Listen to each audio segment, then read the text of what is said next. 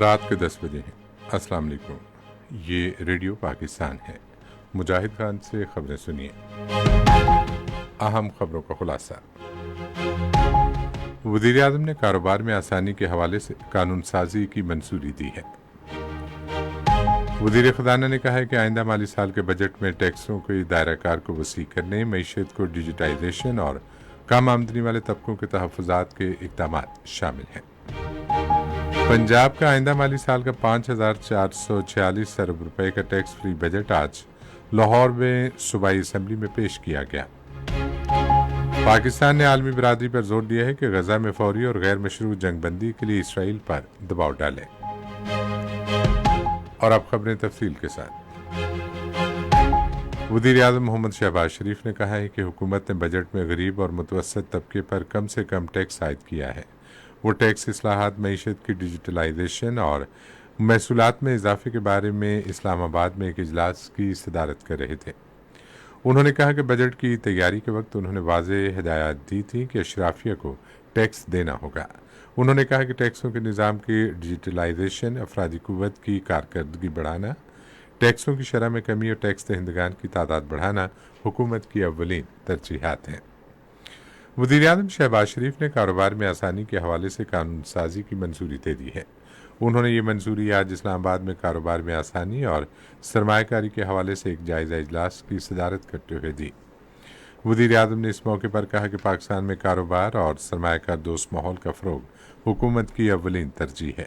انہوں نے ہدایت کی کہ کاروبار اور تاجر برادری کے لیے دستاویزی عمل کو ون ونڈو آپریشن کے تحت آسان بنایا جائے۔ فورم کو بتایا گیا کہ ایک on line one window Pakistan business portal system متعارف کرایا جائے گا، جس کے تحت تمام متعلقہ اداروں کی خدمات ایک جگہ پر دستیاب ہوں گی۔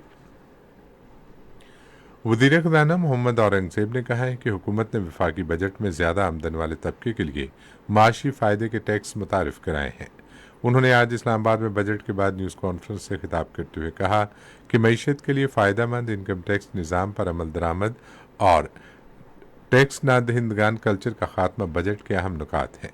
اصلاحات اور ٹیکس کا دائرہ کار بڑھانے کی اہمیت کو اجاگر کرتے ہوئے وزیر خزانہ نے کہا کہ مجموعی ملکی پیداوار کا 10% سے کم ٹیکس قابل عمل نہیں ہے۔ انہوں نے انسانی مداخلت کم کرنے، ٹیکس طریقہ کار کو شفاف بنانے اور بدعنوانی کے امکانات کم کرنے کے لیے غیر دستاویزی معیشت کی ڈیجیٹائزیشن کی اہمیت پر بھی زور دیا۔ وفاقی وزیر نے کہا کہ ملکی معیشت کو پائیدار بنانے کے لیے ٹیکس کا دائرہ کار وسیع کرنے کی جانب بڑھنے کی ضرورت ہے اور بوجھ بانٹنے کے لیے تھوک اور پرچون فروشوں کو ٹیکس کے دائرے میں شامل کرنا ناگزیر ہے۔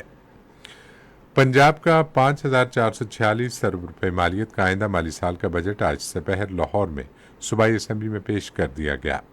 پنجاب کے وزیر خزانہ میاں مشتبہ شجاع الرحمان نے بجٹ پیش کرتے ہوئے کہا کہ اگلے مالی سال کے بجٹ میں کوئی نیا ٹیکس نہیں لگایا گیا۔ انہوں نے کہا محصولات میں دیگر ذرائع سے 53% اضافہ کیا جائے گا۔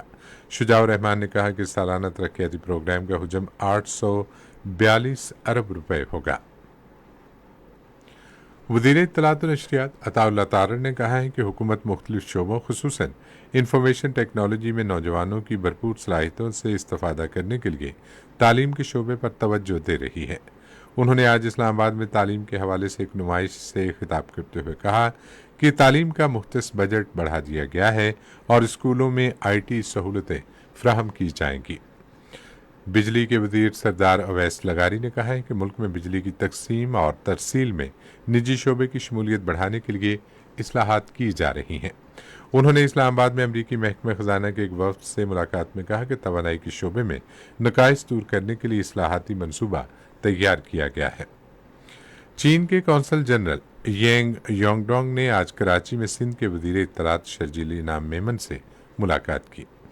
ملاقات کے دوران دو طرفہ تعلقات، سندھ میں سی پیک منصوبوں بالخصوص کراچی سرکولر ریلوے، وزیر اعظم شہباز شریف کے حالیہ دورے اور باہمی دلچسپی کے دیگر امور پر تبادلہ خیال کیا گیا۔